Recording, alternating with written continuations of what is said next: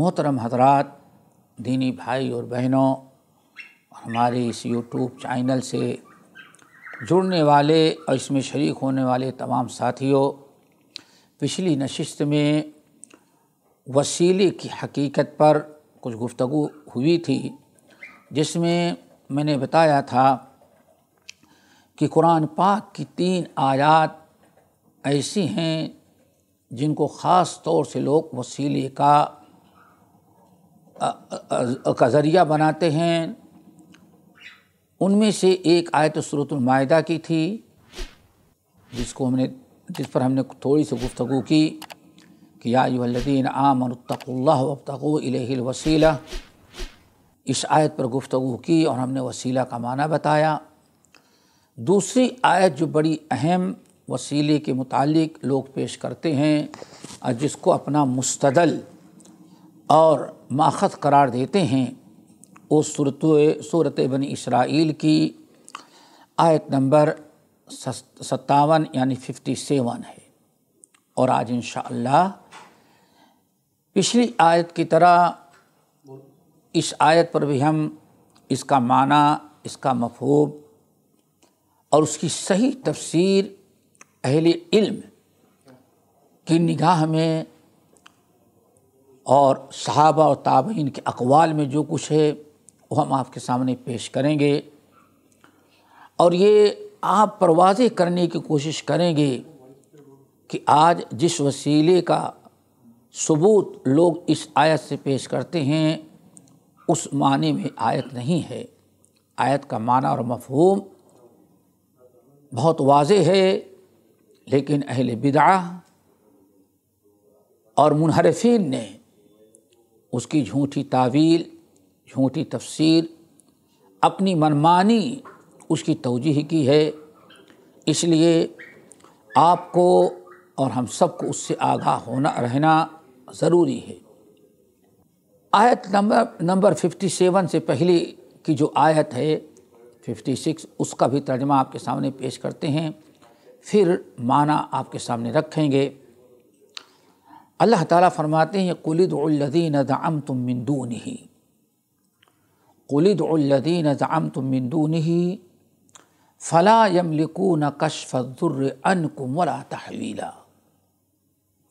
اے نبی، آپ ان لوگوں سے کہیے اللہ کے علاوہ جس کو تم لوگ مشکل کشا سمجھتے ہو اور جس کا واسطہ اور جس کی دہائی دے کر کے تم اپنی مشکلات کو حل کرنا چاہتے ہو، تو اللہ فرماتے یاد رکھو یہ تمہاری سوچ اور تمہاری سمجھ بہت ہی ناقص ہے، غلط ہے۔ جن لوگوں کو تم اپنا مشکل کشا حاجت روا بناتے ہو اور جن کے وسیلے سے تم اپنی حاجات پوری کرنا چاہتے ہو، ان کی حقیقت کیا ہے؟ اللہ نے فرمایا فَلَا يَمْلِكُونَ كَشْفَ الضُّرِّ۔ اگر تم پر کوئی مصیبت آ جائے تو اللہ فرماتے وہ مصیبت کو دور کرنے کی طاقت نہیں رکھتے۔ دوستو، قرآن سے سچا کلام کائنات میں کسی اور نہیں ہو سکتا۔ اللہ نے فرمایا قُلِ ادْعُوا الَّذِينَ زَعَمْتُم مِّن دُونِهِ فَلَا يَمْلِكُونَ كَشْفَ الضُّرِّ عَنكُمْ وَلَا تَحْوِيلًا۔ اے نبی، آپ ان لوگوں سے بتا دیں، ان لوگوں کو سمجھا دیں کہ اے لوگوں، اپنی مشکل دور کرنے میں جن کو وسیلہ بناتے ہو، اپنے دکھ درد و تکلیف میں جس کو تم پکارتے ہو اور جن کی دہائی دیتے ہو، اللہ فرماتے فَلَا يَمْلِكُونَ كَشْفَ الضُّرِّ عَنْكُمْ۔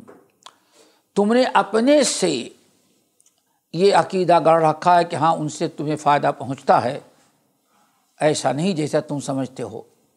فَلَا يَمْلِكُونَ كَشْفَ الضُّرِّ عَنْكُمْ، تمہاری ادنا درجے کی مصیبت کو ٹالنے اور دور کرنے کی طاقت ان کو نہیں ہے۔ فَلَا يَمْلِكُونَ، اللہ نے ان کو کوئی اختیار ہی نہیں دیا ہے۔ تمہیں زکام ہو جائے، تمہیں اور کوئی تکلیف پہنچ جائے، بیماری مبتلا ہو جاؤ، کاروبار نہیں چل رہا ہے، تو تمہاری پریشانی کو دور کرنے کا ذرہ برابر اللہ تعالیٰ نے ان کو اختیار نہیں دیا ہے۔ آگے ولا تحویلا، ولا تحویلا، اور ان کو یہ بھی نہیں اختیار دیا ہے کہ آنے والی مصیبتوں کو راستے ہی سے موڑ دیں اور ٹال دیں۔ یہ اللہ کا کلام ہے آپ کے سامنے، آپ اپنے گھر میں موجودہ قرآن کا ترجمہ پڑھیں۔ قُلِ ادْعُوا الَّذِينَ زَعَمْتُم مِّن دُونِهِ فَلَا يَمْلِكُونَ كَشْفَ الضُّرِّ عَنْكُمْ وَلَا تَحْوِيلًا۔ اے نبی، آپ ان لوگوں سے کہہ دیں جن کو تم پکارتے ہو، وسیلہ بناتے ہو، مشکلات اور پریشانی دور کرنے کا ذریعہ سمجھتے ہو، ایسا نہیں جیسے تم سمجھتے ہو۔ غلط ہے یہ سوچ، یہ نظریہ، یہ فکر غلط ہے۔ ان کی حقیقت کیا ہے؟ فَلَا يَمْلِكُونَ كَشْفَ الضُّرِّ عَنْكُمْ، تم سے تمہاری آئی ہوئی مصیبت کو ذرہ برابر وہ ٹال نہیں سکتے، تم سے دور نہیں کر سکتے۔ ولا تحویلا، اور آنے والی مصیبتیں بھی موڑ نہیں سکتے، وہ ہٹا نہیں سکتے کہ راستے سے وہ روک لیں۔ یہ حقیقت ہے۔ آیت کا ترجمہ بالکل واضح ہے، اللہ کا کلام ہے۔ وَلَقَدْ يَسَّرْنَا الْقُرْآنَ لِلذِّكْرِ فَهَلْ مِن مُدَّكِرٍ، اللہ کی کتاب کا سمجھنا بہت آسان ہے، کاش کوئی اس کو سمجھے اور کوشش کرے۔ اگلی آیت، اولئک الذین یدعون، اولئک الذین یدعون یبتغون الی ربہم الوسیلۃ ایہم اقرب۔ دیکھیں یہاں وسیلے کا لفظ آیا ہوا ہے۔ اولئک الذین، یہی لوگ کون سے لوگ؟ جن کو تم پکارتے ہو۔ یہ بڑی ہی اہم آیت ہے۔ وسیلہ، غلط وسیلہ اور اس سے پیدا ہونے والے مفاسد اور بدعقیدگی، سب کا اللہ نے بیان کر، سب کی وضاحت کر دی ہے۔ فرمایا اولئک الذین، پہلی آیت کا ترجمہ سامنے رکھیں۔ پہلی آیت، جن کو تم لوگ پاور والا سمجھ کر کے، جن کا وسیلہ، جن کا ذریعہ اور جن کو پکار کر کے تم اپنی مصیبت کو ٹالنا چاہتے ہو، جن کے متعلق تمہارا عقیدہ ہے کہ ان کا وسیلہ پکڑو گے، ان کے وسیلے سے دعا مانگو گے، ان کو ذریعہ بناؤ گے، تمہاری مصیبت ٹل جائے گی، ٹال دیں گے۔ اللہ نے فرمایا نہیں، وہ ٹال نہیں سکتے، نہ ہٹا سکتے ہیں، نہ آنے والی مصیبت کو روک سکتے ہیں۔ پھر ہیں وہ کون سے لوگ؟ وہ کون سے لوگ ہیں؟ لازمی چیز ہے، ہندوستان کے بت تو نہیں ہو سکتے ہندوؤں کے، یہی سمجھیں۔ اور یہی فرق نہ سمجھنے کی بنا پر ہم سے غلطیاں ہوتی ہیں۔ ہم ہندوؤں کے بتوں سے جلتے ہیں اور اسلام کے نام پر کسی بھی ولی کو بت بنا لے، اس میں کوئی فرق نہیں پڑتا۔ ہم سمجھتے ہیں بت جو ہے کوئی شیطان چیز ہے، مورتیاں شیطان کی ہوتی ہیں، وہ شیطانی چکر ہے، اور نام بدل کر کے وہی چیزیں ہم کرتے ہیں، ان سے مبتلا ہوتے ہیں۔ تو اس کو سمجھیں۔ اللہ نے اولئک الذین،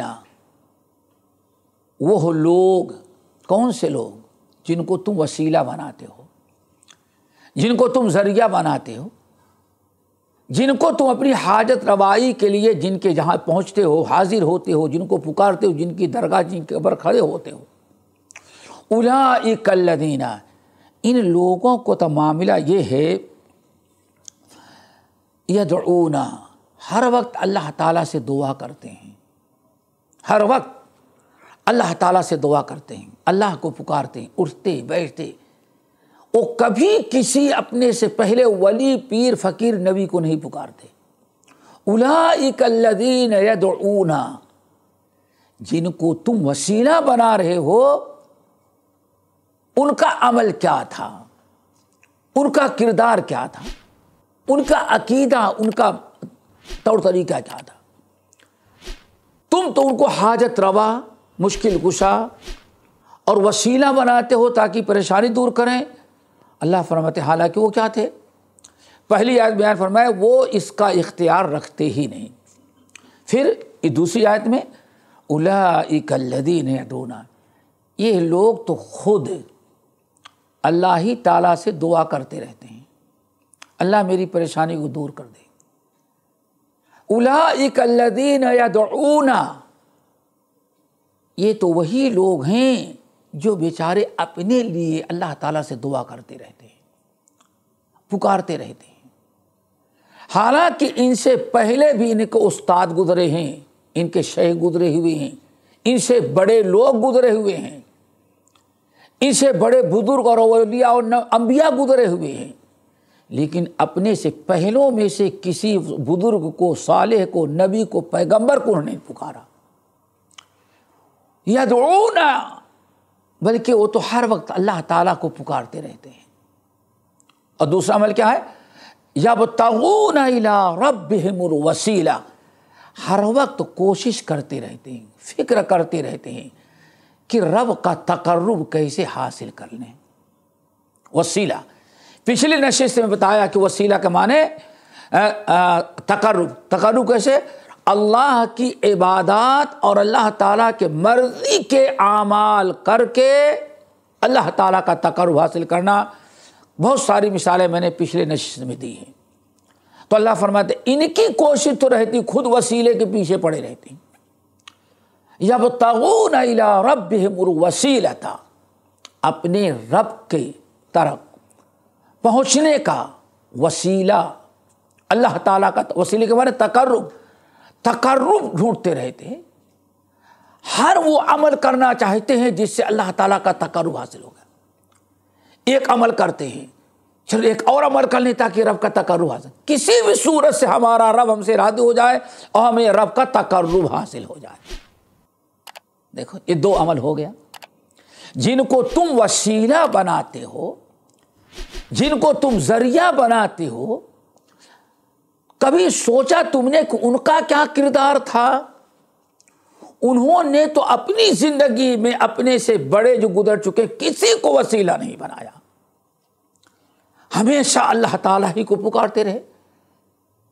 یبتغون الیہم الوسیلۃ ویبتغون الی ربہم الوسیلۃ، اور اپنے رب کا تقرب حاصل کرنے کی فکر کرتے رہے۔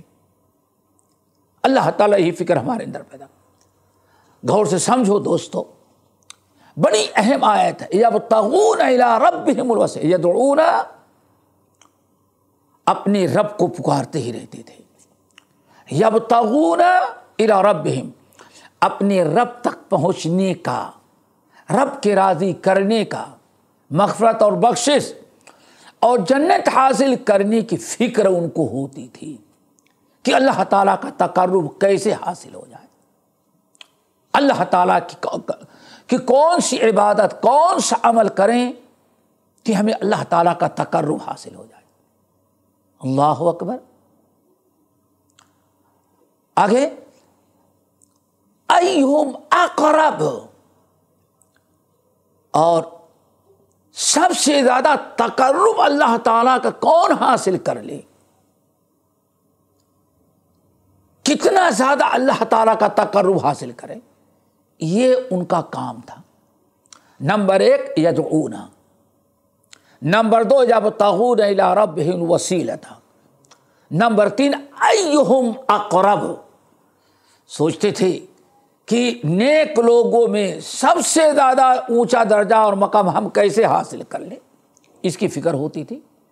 کون سی عبادت کریں، کون سا عمل کریں، ہمیں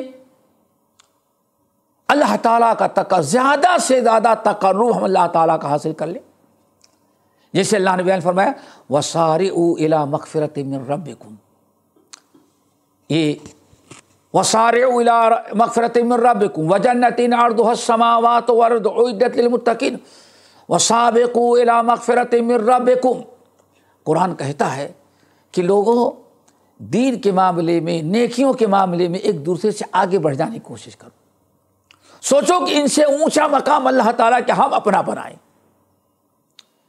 اللہ نے فرمایا وَفِي ذَلِكَ فَلْيَتَنَافَسِ الْمُتَنَافِسُونَ، ایک دوسرے سے آگے بڑھ جانے کا تو یہی کام ہے کہ اللہ تعالیٰ کا تقرب کون حاصل، یشہدہ المقربون، اللہ تعالیٰ کا تقرب کیسے حاصل کرے۔ اس تقرب کو حاصل کرنے میں ان کے جن کو تم پکارتے ان میں سے ہر ایک کی فکر ہوتی تھی کہ کتنا زیادہ اللہ کا ہم تقرب حاصل کر لیں۔ قرآن پاک میں بڑی تعریف کی گئی، والسابقون السابقون اولئک المقربون۔ یہ 3 عمل ہوئے، یہ ان کے اعمال سمجھتے جاؤ تاکہ بات سمجھ میں آئے دوستوں۔ پہلا عمل یدعونا، اپنے رب کو ہر وقت پکارا کرتے تھے، دعائیں کرتے تھے۔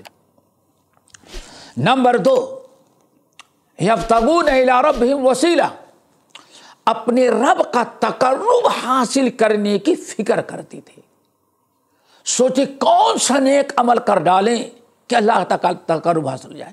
ایک مثال دیں تو شاید بہت واضح ہو جائے۔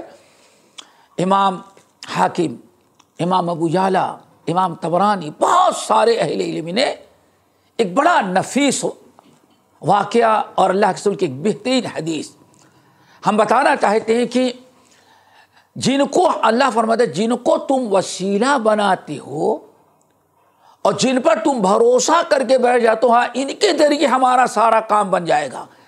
اللہ فرماتے ہیں وہ تو کسی چیز کا اختیار رکھتے ہی نہیں، اور تمہاری فکر کیا کریں گے، ان کو تو اپنی فکر ہوتی تھی۔ کیسے ہوتا ہے اپنی فکر، رب کا تقرب کیسے حاصل کریں؟ ایک مرتبہ بڑی عجیب سی مثال ہے، شاید بار آپ لوگوں نے سنا ہوگا۔ جب اللہ تعالیٰ کے ہاں نبی علیہ السلام ایک ظاہر نامی تھے، بدو تھے، یعنی مدینہ سٹی سے باہر دیہات میں رہتے تھے۔ نبی علیہ السلام کبھی اگر فرصت پاتے کہیں جانا ہوتا تو ان کے ہاں ضرور جاتے تھے۔ ایک مرتبہ نبی علیہ السلام گئے ان کے ہاں، اب وہ کسان اور دیہاتی آدمی تھے، بہت خوش ہوئے، خوب نبی علیہ السلام کی خدمت کی، بڑی خوشی کا اظہار کیا۔ اور جب نبی علیہ السلام آنے لگے تو بہت سارے دیہات کی جو چیزیں ہوتی ہیں، تحفے تحائف، یعنی سمجھ لو آج کے اصطلاح میں کچھ سبزی دے دیا، کچھ اور جو دودھ ہے، پنیر ہے، جو دیہات کے لوگ دیتے ہیں، خوب اچھی طرح سے بانٹ کر کے نبی علیہ السلام کو دے دیا۔ نبی علیہ السلام آئے، نبی علیہ السلام ان سے کہا کہ تمہارا آنا کبھی ہوتا ہے شہر میں؟ ہاں اللہ رسول ہوتا ہے۔ اللہ رسول نے فرمایا دیکھو اب تمہارا کبھی آنا ہو تو ہم سے مدینے میں ضرور ملنا۔ کچھ عرصے کے بعد مدینے آئے، اپنے کام کاج سے فارغ ہونے کے بعد نبی علیہ السلام سے مل گئے۔ جب نبی علیہ السلام سے ملا، وہ دیہاتی ملا، جب کہنے لگے یا رسول اللہ ہم آج جا رہے ہیں، الوداعی ملاقات کے لیے آئے، تو نبی علیہ السلام نے ان سے پوچھا کہ تم کیا چاہتے ہو؟ ہم تمہیں کچھ تحفے تحائف دینا چاہتے ہیں، کیا چاہتے ہو؟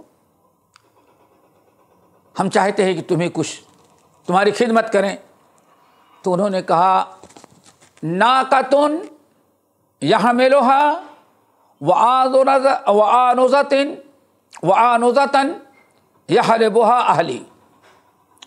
انہوں نے نبی صلی اللہ علیہ وسلم سے 2 چیزیں مانگی، غور سے سنیں گے تبھی مسئلہ سمجھ میں آئے گا۔ جب اللہ رسول نے فرمایا کچھ مانگو تو انہوں نے 2 چیزیں مانگی۔ نمبر 1 یا رسول اللہ آنذۃ یحلبھا، آپ ہمیں کچھ دودھ والی بکریاں دے دیں 10-20 جو لے کے جائیں تاکہ ہمارے گھر والے خوب مزے سے دودھ پئیں، دودھ کا انتظام ہو جائے۔ نمبر 2 ناقۃ یحملنی، یہ حملھا، آپ ایسا کریں کوئی ایک بہترین طاقت اور اونٹنی دے دے جو ہماری سواری کا کام کرے۔ نبی علیہ السلام نے دے دیا، لیکن صحابہ کرام بہت وہاں بیٹھے تھے، اکٹھا ہو گئے تھے۔ اس موقع پر اس کو دیا تو، لیکن نبی علیہ السلام نے قیامت تک آنے والے مسلمانوں کو ایک درس دیا، ایک تعلیم دی. فرمایا الا تکونوا کعجوز بنی اسرائیل، اللہ کے بندو تم بکری مانگتے ہو، ہم سے اونٹنی مانگتے ہو، یہ مانگتے ہو، کیا تم لوگ بنی اسرائیل کی بڑھیا کی طرح بھی نہیں ہو سکتے؟ اعجزتم ان تکونوا مثل عجوز بنی اسرائیل، تم لوگوں سے اچھی تو وہ بڑھیا تھی بنی اسرائیل کی، کیا تم اس بڑھیا سے سبق حاصل نہیں کرتے؟ تم ایسے نہیں بن جاتے؟ اللہ اکبر. اعجزتم ان تکونوا مثل بنی اسرائیل، اللہ کے بندو کیا تو بنی اسرائیل کی جو بڈھی عورت تھی اس بڈھی عورت کے مانند تم نہیں ہو سکتے؟ آپ ذرا سوچیں، صحابہ کرام کی اتنی بڑی جماعت، اور نبی علیہ السلام ابو بکر بھی ہوں، عمر بھی ہوں، عشرہ مبشرہ بھی ہوں، بلال حبشی بھی ہوں، خباب بن ارد بھی ہوں، اتنے بڑے بڑے صحابہ کرام، ان کے سامنے اللہ رسول فرماتے ہیں اعجزتم ان تکونوا مثل عجوز بنی اسرائیل، کیا تم لوگ بنی اسرائیل کی اس بوڑھی عورت کے مانند نہیں ہو سکتے؟ تم اس عورت کا کردار نہیں اپنا سکتے؟ جب بنی اسرائیل کی، یعنی یہودی، جب بنی اسرائیل کے اللہ کے رسول نے ایک بوڑھی عورت کو بطور مثال کے پیش کیا تو سارے صحابہ کرام سب بھول گئے، اللہ ہم لوگ بنی اسرائیل کی ایک بوڑھی عورت کی طرح نہیں ہو سکتے؟ اللہ رسول فرما رہے اعجزتم ان تکونوا مثل عجوز بنی اسرائیل، لوگوں کیا تم لوگ میرے صحابی ہو، کیا تم لوگ بنی اسرائیل کی بوڑھی عورت کی طرح نہیں ہو سکتے؟ فوراً سب کچھ بھول گئے. یا رسول اللہ وما عجوز بنی اسرائیل، یا رسول اللہ وما عجوز بنی اسرائیل، بنی اسرائیل کی وہ کون سی بوڑھی ہے، اس کا کیا کردار تھا، بتائیں، ہم ضرور بوڑھی عورت کا کردار اپنائیں گے. اللہ کے نبی علیہ السلام فرمایا اس بوڑھی بنی اسرائیل کی عورت جس کی طرح ہم تم لوگوں کو بننے کی تاکید کرتے، غور کرنا، نبی علیہ السلام کے سامنے جو ہیں وہ صحابہ ہیں، جس کے متعلق عبداللہ بن مسعود کہتے ہیں انبیاء کے بعد اصحاب محبت سے افضل انسان کائنات تک پیدا نہیں ہو سکتا. اتنے اعلیٰ درجے کے لوگ، دین کا فہم، دین کی سمجھ، تقویٰ، پرہیزگاری، ایمان، ابو بکر ہیں، عمر ہیں، عثمان ہیں، علی ہیں، عشرہ مبشرہ ہیں، سارے لوگ. لیکن اللہ سبحانہ وتعالی کیا تم لوگ اس بنی اسرائیل کی بوڑھی عورت کی طرح نہیں ہو سکتے؟ وہ کون سی تھی یا رسول اللہ؟ آپ نے فرمایا موسیٰ علیہ السلام کو جب اللہ نے حکم دیا کہ اب مصر سے آپ ہجرت کر جائیں، ہجرت کر کے جائیں، فضلت طریق، موسیٰ علیہ السلام بہت کوشش کرتے ہیں مصر سے نکلنے کی اور باہر جانے کے لیے ہجرت کر کے، لیکن وہ راستہ بھٹک جاتے ہیں.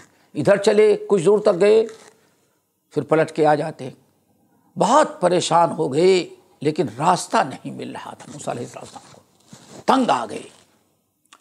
وہ مصر جس کی گلیاں موسیٰ علیہ السلام کی دیکھی ہوئی تھیں، اب آج باہر جا رہے تو راستہ بھٹک جاتے ہیں، تنگ آ گئے.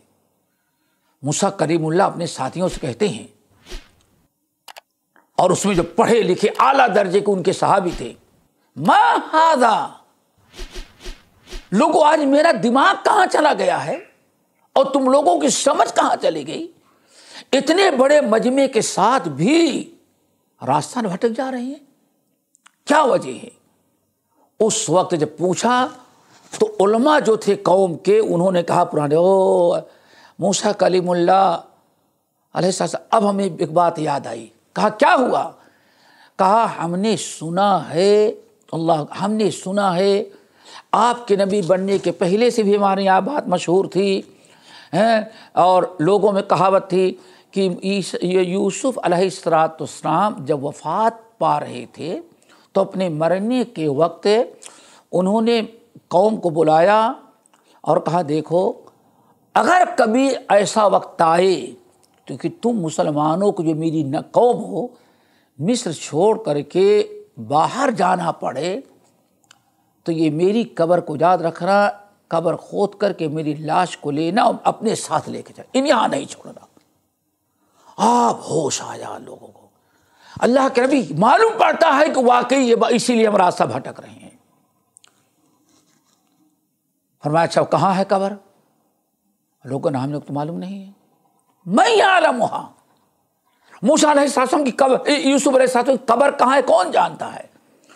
تو لوگوں نے کہا کہ مصر کے فلاں محلے میں کنارے ایک بڑی معمر بوڑھی، شاید اس سے زیادہ عمر دراز کوئی عورت نہیں، اس عورت کے متعلق معلوم ہے کہ یوسف علیہ السلام کی قبر کہاں ہے۔ کہا چلو، موسیٰ علیہ السلام ساتھیوں کے لیے اور گئے بوڑھی ماں کے پاس، اور بوڑھی میں دیکھو عورت کس قدر اللہ نے اس کو ذہانت اور فطانت اور آخرت کی فکر عطا کی تھی۔ موسیٰ کلیم اللہ نے کہا دیکھو میں اللہ کا نبی موسیٰ ہوں، ہم نے سنا ہے کہ تمہیں یوسف علیہ السلام کی قبر معلوم ہے۔ کہا کہ ہاں معلوم ہے۔ کہا بتاؤ؟ کہا نہیں بتاؤ گی۔ اللہ نے فرمایا یہ عورت تھی، اعجزتم ان تکونوا مثل عجوز بنی اسرائیل، تم لوگ ہم سے اونٹ گھوڑے جائیداد پراپرٹی مانگتے ہو، بنی اسرائیل کی اس بوڑھی عورت کی طرح تم لوگ کیوں نہیں بنتے؟ ایک موقع ملا ہے تو دعا کروا لو، دعا کروا لو ہم سے، تم لوگ دنیا کی چیزیں مانگتے ہو۔ بوڑھی عورت نے کہا نہیں، تم کہا بھی بتا تم لوگ راستہ بھٹکا نہیں بتاؤ گی۔ بہت موسیٰ کلیم نے کہا شرط کیا، اصرار کیا، تو کہتی ٹھیک ایک شرط ہے، میری شرط پوری کرو اور وعدہ کرو تب میں بتاؤں گی کہ موسیٰ کی قبر کہاں ہے۔ موسیٰ کلیم اللہ نے کہا کہاں ہے بولو، تمہاری ساری کیا شرط ہے بتاؤ۔ کہا آپ جنت میں جانے لگے تو اکیلے نہیں، ہم کو بھی اپنے ساتھ لے چلیں تب بتاؤں گی۔ اللہ اکبر۔ اولئک الذین یدعون یبتغون الی ربہم الوسیلۃ ایہم اقرب، اللہ فرماتا جن کو تم وسیلہ بناتے ہو ان کا کردار کیا تھا؟ وہ ہر وقت اللہ تعالیٰ سے کو پکارتے تھے، اللہ تعالیٰ تک پہنچنے کا، اللہ تعالیٰ کا تقرب حاصل کرنے کی کوشش کرتے تھے، بڑی فکر ہوتی تھی۔ اس بوڑھی عورت کو ایک موقع ملا تو کہتی نہیں آپ کلیم اللہ نبی ہیں، آپ کی بات اللہ سنے گا، اللہ تعالیٰ آپ کی دعا قبول کرے گا۔ کتنا بہترین فائدہ اٹھایا اس عورت نے، کہا کہ میں بتاؤں گی لیکن آپ مجھ سے وعدہ کریں کہ آپ اکیلے جنت میں جانے لگیں گے تو مجھ کو بھی اپنے ساتھ جنت میں لے کے چلیں گے۔ موسیٰ آج کا پیر ہوتا تو کہا ہاں تمہارے ساتھ ساتھ نسل کو لے کے آئیں گے۔ موسیٰ کلیم اللہ نے کیا، بوڑھی ماں یہ میرے ہاتھ میں نہیں ہے۔ اللہ اکبر۔ اور آج کا پیر نمبر لگاتا ہے جنت میں لے جانے کے لیے، وسیلہ وسیلہ وسیلہ وسیلہ، یہ شرکیہ کفریہ وسیلہ، یہ وسیلہ ہے۔ موقع ملا تو فائدہ اٹھاؤ۔ موسیٰ کلیم اللہ نبی جلیل القدر بھی ہونے کے باوجود کسی کو میں اپنے مرضی سے جنت میں لے جانے کا وعدہ کروں یہ میرے بس کی بات نہیں ہے، یہ میرے بس کی بات نہیں۔ تو کہتی ٹھیک میں بھی نہیں بتاؤں گی۔ بوڑھی بھی عزت، لیکن بوڑھی کی نیت اچھی تھی۔ ایہم اقرب یبتغون الیہم الوسیلہ الی ربہم الوسیلہ، اپنے رب تک پہنچنے کے لیے وسیلہ تقرب کیسے حاصل ہو۔ 24 گھنٹے فکر یہ تھی کہ اللہ کا تقرب ہمیں کیسے حاصل ہو جائے، کون سا عمل کریں، کون سی نیکی کریں، صدقات کریں، خیرات کریں، حج کریں، عمرہ کریں، قرآن کی تلاوت کریں، کون سا عمل کریں کہ اللہ تعالیٰ کا تقرب مجھے حاصل ہو جائے۔ تو یہ وسیلہ ہم نے وسیلہ کا سمجھا، نماز تو نہیں پڑھنا، روزہ نہیں رکھنا، حج نہیں رکھنا، کچھ نہیں کرنا ہے، بس دامن پکڑ کے مچل جائیں گے، یہ جھوٹا شرکیہ کفریہ وسیلہ۔ اللہ تعالیٰ نے اس عورت کے جذبے، اس عورت کے شوق اور اس کی سمجھ کی قدر کی۔ جب موسیٰ علیہ السلام کہہ دیے، لاجواب ہو گئے، بھائی یہ میرے بوڑھی ماں میرا کام نہیں ہے، میں وعدہ نہیں کر سکتا، میرے اختیار میں نہیں ہے کہ میں تمہیں جنت میں لے کے جاؤں اپنے ساتھ۔ آخرکار بیٹھ گئے. بوڑھی عورت کے پھر چاہے آپ بھٹکتے رہے، میں بھی نہیں بتاؤں گی. اب موسیٰ علیہ السلام بہت پریشان کہ اللہ ایک ہی راستہ ملا تھا اور بھی اتنی ٹیڑھی بوڑھی کو پہلے سے کہتی ہے پہلے وعدہ کرو تب. اللہ کی وحی آئی، موسیٰ تم مجھ سے وعدہ کر لو، وعدے کا پورا کرنا میرا کام ہے. اللہ اکبر. پھر موسیٰ کلیم اللہ کا ٹھیک ہے وعدہ. بوڑھی آئی بتائی فلاں چلو، گئی. پانی بہتا تھا، پانی کے قریب ایک اونچی جگہ تھی. کہا اس پانی کو یہاں نکالو، یہ مٹی ہٹاؤ، پھر یہاں کھدائی کرو. کھدائی کی تو یوسف علیہ السلام کی قبر صحیح سالم بالکل نکلی. یوسف علیہ السلام اٹھائے فتجلت الطریق. اللہ رسول فرماتے ہیں جیسے موسیٰ علیہ السلام ان کے قوم یوسف علیہ السلام کو اٹھائے، اب یوسف علیہ السلام نے دعا کی تھی اللہ نے قبول کیا. فتجلت الطریق، راستہ واضح ہو گیا، روشن ہو گیا دن کے مانند، اور مصر سے جہاں جانا تھا وہ راستہ ان کو صاف نکل معلوم ہو گیا. اللہ کے رسول صلی اللہ علیہ وسلم نے اس حدیث میں بڑی پیاری مثال ہمیں مہیا کر دی ہے کہ انسان کو موقع ملے تو رب کا تقرب. سنا ہوگا ایک صحابی نبی علیہ السلام گئے، بڑی طویل حدیث ہے مسند احمد، اور یہ حدیث جو ہے میں نے بتائی یہ بڑی مصیبت تھوڑی سی ہے. کبھی کبھار اس کی حدیثیں بیان کر دیتے ہیں تو لوگ کہتے ہیں کہ شیخ صاحب حدیث بیان کر کے چلے جاتے ہیں اور ہم لوگ نیٹ پر سال بھر ڈھونڈتے رہتے ہیں، ان کو ملتی ہی نہیں تو پھر انکار کرنے لگتے ہیں. ہندوستان کی بات کانفرنسوں میں ہماری یہی شکایت کی لوگوں نے کہ آپ ایسی حدیث بیان کر کے چلے جاتے ہیں، ہم نیٹ کھولتے ہیں ساری ڈھونڈ ڈاتے ملتی ہی نہیں ہم کو. تو یہ کتاب بہت ساری کتب حدیث کے اندر ہے، طبرانی کی ہے، مسند ابو یعلا کی ہے، حاکم کی ہے، ساری کتابیں گھروں کے اندر ہو سکتا ہے. یہ جو مصیبت ہے اس سے سارے وہ انسان نہیں بن سکا تمہارا کمپیوٹر، جو لوگوں نے ڈال دیا وہی ملے گا، جو چھوٹ گئی کبھی کمپیوٹر نہیں بتائے گا. اس کے لیے یہ کمپیوٹر چاہیے، یہ کمپیوٹر چاہیے، اور یہ آنکھیں چاہیے اور گردانی کرنی پڑتی ہے. تو بہرحال بہت سارے محدث سے نقل کیا، اور علامہ البانی رحمۃ اللہ علیہ نے سلسلۃ الاحادیث الصحیحہ کے اندر بھی اس کی تخریج کی اور بڑی مفصل اس پر بحث کی ہے.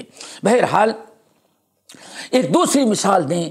لوگوں اللہ تعالیٰ فرماتے کہ ان کو تو تم یہ پیچھے پڑے ہو کہ نہیں، ان کے طفیل میں ان کی برکت سے اللہ فرماتے وہ اپنی برکت کسی کو دیتے نہیں تھے، وہ تو خود پریشان تھے کہ ہم کیا عمل کریں کہ اللہ تعالیٰ کا تقرب حاصل ہو جائے. مسند احمد بن حنبل وغیرہ کی ایک دوسری حدیث ہمیں یاد آئی. نبی علیہ السلام ایک صحابی کے یہاں گئے، اندر بیٹھے ہوئے تھے. اللہ رسول دروازے پہنچے، السلام علیکم، سلام کیا. صحابی نے سن لیا، بیوی بیٹھی ہوئی تھی. اللہ رسول صحابی دوڑے ہوئے آئے اور دروازے کے کنارے کھڑے ہو گئے، وعلیکم السلام. بس اللہ رسول فرماتے کہ سن نہیں رہا ہے. پھر آپ نے فرمایا السلام علیکم، وعلیکم السلام. بالکل دیوار سے کہاں لگا ہے. بیوی کہتی ہے اللہ رسول کا جواب دو، خاموش رہو. ایک موقع ملا ہے، اللہ رسول برکت کی دعا جتنی دعائیں دے دو اتنا لے مانگتے رہو. اگر پہلی مرتبہ ہم جواب دو وعلیکم السلام تو ایک ہی مرتبہ برکت کی دعا ملے گی. یہ ہے تقرب حاصل کر نبی کی دعاؤں کے ذریعے. اللہ اکبر. بیوی پریشان کہ آج شوہر کو کیا ہر ایک کا وعلیکم السلام ورحمۃ اللہ، اور آج اللہ رسول سلام کرتے وعلیکم السلام. پھر تیسری مرتبہ اللہ رسول نے فرمایا السلام علیکم بلند آواز سے. اللہ رسول نے سوچا کہ شاید آپ اندر ہوں گے، آپ کو یہ پتہ نہیں کہ یہ سامنے کھڑا ہوا ہے وہ شخص. تو کہتا ہے وعلیکم السلام ورحمۃ اللہ وبرکاتہ. تو اللہ رسول کی تعلیم تھی 3 مرتبہ اجازت مانگو، اگر تیسری مرتبہ اجازت نہیں ملتی تو واپس. اللہ کے نبی علیہ السلام واپس لوٹنے لگے. کچھ دور گئے تھے، دروازہ کھول کے دوڑے، یا رسول اللہ کیوں واپس جا رہے ہیں؟ تب اللہ رسول نے فرمایا بھائی میں 3 مرتبہ سلام کیا، تم نے سلام کا جواب نہیں دیا تو میں واپس جا رہا تھا. انہوں نے کہا یا رسول اللہ، ابن ابی اوفا ہیں، یا رسول اللہ 3 مرتبہ میں نے آپ کے سلام کا جواب دیا، پھر زور سے کیوں نہیں دیے؟ اللہ رسول آج میں نے سوچا آج قسمت جاگ اٹھی ہے ہماری، آج پیارے نبی السلام علیکم ورحمۃ اللہ وبرکاتہ، سلامتی ہے، رحمت ہے، برکت کی دعا اللہ رسول فرما رہے ہیں. تو اچھا موقع ہے آپ کی دعاؤں سے فائدہ اٹھانے کا. تو تینوں مرتبہ میں نے کہا لیکن آہستہ آہستہ کہا، اور اگر اس سے چوتھی مرتبہ کرتے جب بھی آہستہ ہی کہتا، لیکن آپ واپس جانے لگے تو میں سوچا کہ اب دعاؤں کا راستہ بند ہو گیا، تب دروازہ کھول کے آپ کو بلانے کے لیے آیا ہوں۔ اللہ کے رسول نے فرمایا تھا، پھر وہیں ہاتھ اٹھائی، اللہم صلی علی آل ابی اوفا۔ اللہ کے رسول نے ان کے میاں بیوی کے شوق و جذبات کو دیکھا اور قسمت جاگ اٹھی تھی، اور اپنے ہاتھوں کو اٹھایا، اللہم صلی علی آل ابی اوفا، اے اللہ ہمیشہ کے لیے اس گھر پر، ابن ابی اوفا پر، اس کے اہل ویال پر اللہ تعالیٰ اپنی رحمتوں کی، برکتوں کے، سلامتی کے دروازے کھول دے۔ بہرحال بات چلی تھی کہ موسیٰ علیہ السلام کی حدیث بیان کرنا تھا۔ اللہ کے رسول نے فرمایا اس بوڑھی عورت کی طرح میں تمہیں اشارہ کر رہا تھا، عاجز تم، کیا تم لوگ اس بات سے عاجز ہو کہ بنی اسرائیل کی بوڑھی عورت کے مانند بنو؟ تم لوگوں سے زیادہ سمجھ بوجھ والی تو وہ تھی کہ موقع پائی تو موسیٰ سے کہتی ہے کہ ہاں اگر جنت میں اپنے ساتھ لے چلو گے تب میں بتاؤں گی قبر کہاں ہے، ورنہ نہیں بتاؤں گی۔ تو دوستو ایک مثال دو مثالیں میں نے دی۔ بہرحال بات یہ عرض کرنا تھا، اللہ فرماتے وَيَرْجُونَ رَحْمَتَهُ، وَيَرْجُونَ رَحْمَتَهُ، اور وہ لوگ کون لوگ؟ یہ چوتھی چیز ہے۔ پہلی چیز یدعون، نمبر 2 یبتغون الی ربہم الوسیلۃ، نمبر 3 یرجون ایہم اقرب، نمبر 4 ویرجون رحمتہ، ہر وقت وہ اپنے رب کی رحمتوں سے امید لگائے ہوتے تھے، امید لگائے رکھتے تھے۔ مومن کے لیے ضروری ہے اللہ تعالیٰ سے اچھی رحمت کو امید لگائے۔ وَيَرْجُونَ رَحْمَتَهُ، یہ چوتھی چیز۔ نمبر 5 وَيَخَافُونَ عَذَابَهُ، اپنے رب کے عذاب سے ڈرتے بھی رہتے تھے۔ اللہ نے فرمایا اولئک الذین یدعون یبتغون الی ربہم الوسیلۃ ایہم اقرب ویرجون رحمتہ ویخافون عذابہ۔ اے لوگو جن کا تم وسیلہ، جن کو وسیلہ بنا رہے ہو، ان کی حالت یہ تھی کہ 5 چیزوں میں ساری زندگی ان کی گزر گئی۔ نمبر 1 صرف رب ہی سے دعائیں کرتے رہے۔ نمبر 2 ہمیشہ اللہ تعالیٰ کا تقرب حاصل کرنے کی فکر میں لگے رہے۔ نمبر 3 ایہم اقرب، کوشش تھی کس سے کتنا زیادہ سب سے آگے ہم کیسے بڑھ جائے اللہ تعالیٰ کا تقرب اور نیک اعمال اور رضا حاصل کرنے میں۔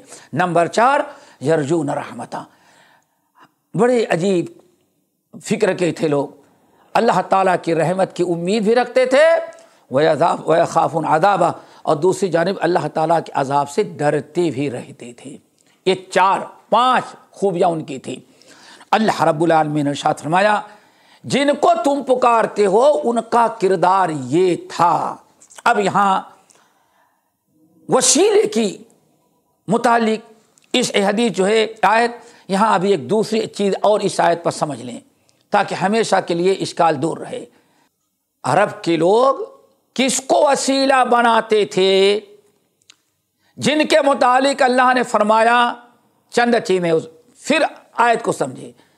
عرب کے لوگ کن کو وسیلہ بناتے تھے؟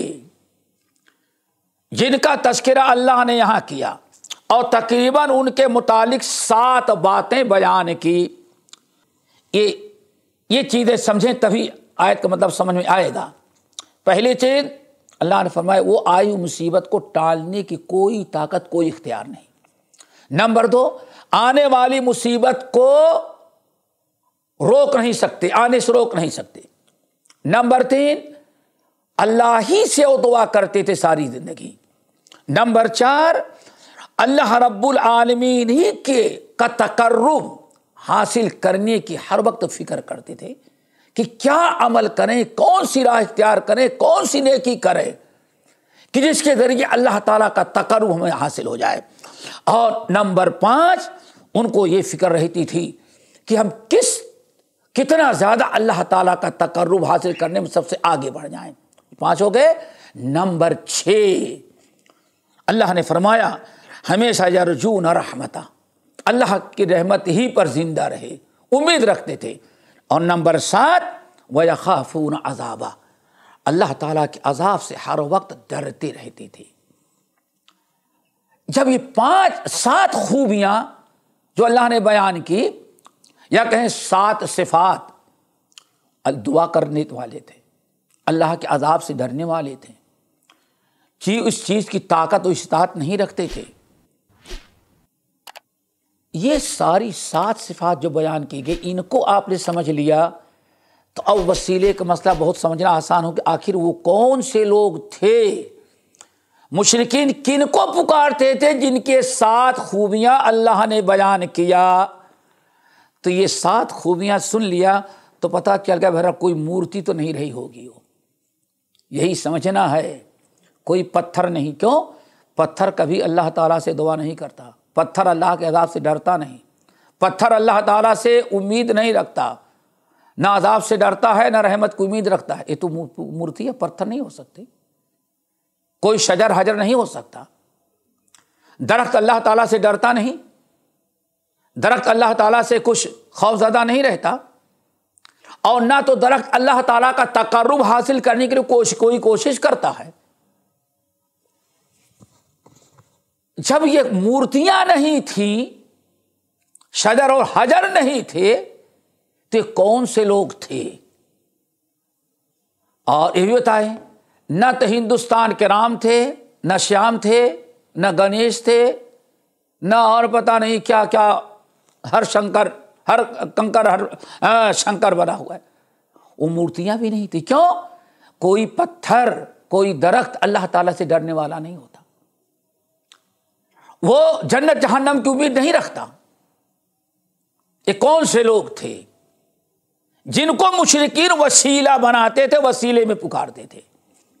اب آئیں امام المفسرین، جن کو نبی علیہ السلام دعائیں دی تھی، اللہم فقہہ فی الدین وعلمہ التاویل، اللہ اس بچے کو قرآن کی تفسیر کا علم دینا، اللہ اس بچے کو اس دین کی سمجھ دینا جو دین ہمیں آپ نے لے کر کے بھیجا ہے۔ وہ کون ہے؟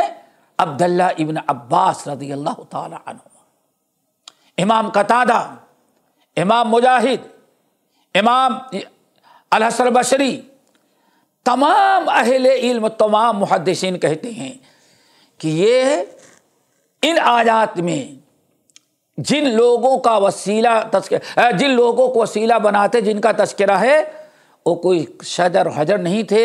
نمبر 1 وہ حضرت عزیر تھے، اللہ کے نبی تھے، جن کو یہودی وسیلہ بناتے تھے۔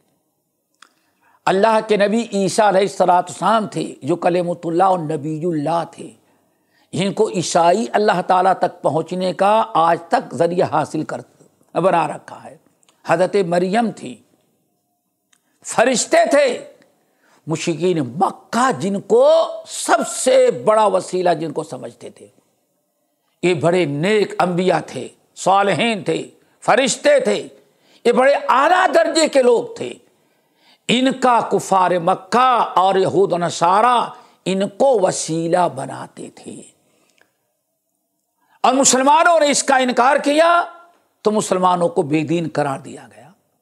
دوستو، اب آیت کا مطلب واضح ہو گیا کہ بڑی سے بڑی شخصیت کو بھی مشکل کشا، حاجت روا سمجھ کر کے وسیلہ بنانا یہ شرکیاں عمل ہے۔ اسی لیے اللہ رب العالمین نے فرمایا کہ جن کو تم وسیلہ بناتے ہو وہ تو ہر وقت اللہ تعالیٰ سے ہی ڈرتے رہتے تھے، اللہ تعالیٰ کی عبادت کرتے تھے، اللہ رب العالمین کے سامنے خوف زدہ ہوتے تھے، ہر وقت اللہ تعالیٰ کا تقرب حاصل کرنے کی فکر کیا رکھتے تھے۔ خود آخری نبی محمد صلی اللہ علیہ وسلم کو ذرا دیکھو، واللہ تقرب حاصل کرنے کی تھی، پھر جو سارے نبیوں کے سردار، اللہ رسول نے کیا فرمایا؟ لوگوں جب اذان سنتے ہو تو ذرا دعا مانگنا، دعا مانگنا۔ کیا دعا مانگنا؟ اللہم آت محمد الوسیلۃ والفضیلۃ۔ صحابہ کرام نے کہا یار اس سے کیا بات ہے؟ اللہ رسول نے فرمایا ایک ہی درجہ، ایک وسیلہ، ایک اعلیٰ درجے کا جنت میں مقام ہو، ایک ہی آدمی کو ملے گا، اور امید کرتا ہوں کہ میں ہوں گا تو تم سب لوگ دعا کیا کرو کہ اللہ تعالیٰ صلی اللہ علیہ وسلم کو یہ مقام و مرتبہ عطا کر دینا۔ اللہ فرماتے یہ انبیاء و صالحین، حضرت عزیر، حضرت عیسیٰ، ملائکۃ المقربون، فرشتے، یہ سارے لوگ وسیلہ نہیں پکڑتے تھے بلکہ اللہ تعالیٰ کا تقرب حاصل کرنے کی فکر کرتے تھے، اور تم لوگوں نے ان کا اللہ تعالیٰ کو چھوڑ کر کے اب ہر کام ان کے تھرو کرانا چاہتے ہو، اور تم لوگوں نے ان کو اپنا کیا بنا رکھا ہے؟ وسیلے کے نام پر اب انہی کے ہاں حاضری، انہی کو پکارنا، انہی سے گڑ گڑانا، اور انہی کی طرف سارا توجہ ہوتی ہے۔ حالانکہ اللہ فرماتا ہے لا یملکون کشف الضر ولا عنک ولا تحویلا۔ اس تھے، عزیر تھے، عیسیٰ تھے، مریم تھی، فرشتے ہیں سب اونچے مقام کے، لیکن ان کو تکلیف دور کرنے کا اختیار میں نے، لا یملکون کشف الضر عنکم، وہ تکلیف دور کرنے کا مالک نہیں رہتے، وہ تمہاری بگڑی بنانے کی طاقت نہیں رکھتے۔ لا یملکون کشف الضر عنکم ولا تحویلا، نہ وہ تمہاری ہوئی مصیبت کو ٹال سکتے ہیں، نہ آنے والی مصیبت کو روک سکتے ہیں، انہیں تو اپنی فکر پر رہتی تھی۔ تو دوستو اس لیے اس آیت پر ذرا غور کریں کہ جو اس کو وسیلہ کا لفظ دیکھ کر کے دیکھو اللہ نے حکم دیا کہ اچھے لوگ وسیلہ پکڑتے ہیں۔ یہاں وسیلے کا مطلب وہ نہیں جو ہم نے اردو میں وسیلہ سمجھ رکھا ہے، یہاں تقرب ہے، اور سب تقرب حاصل کرنے کی فکر کیا کرتے تھے۔ اللہ تعالی ہم سب کو عمل کی توفیق نصیب فرمائے۔ تیسری آیت انشاءاللہ اگلی نشست میں ہم پیش کریں گے۔ اللہ تعالی ہم سب کو عمل کی توفیق دے۔ اقول قولی ھذا واستغفر اللہ من کل ذنب واتوب الیہ۔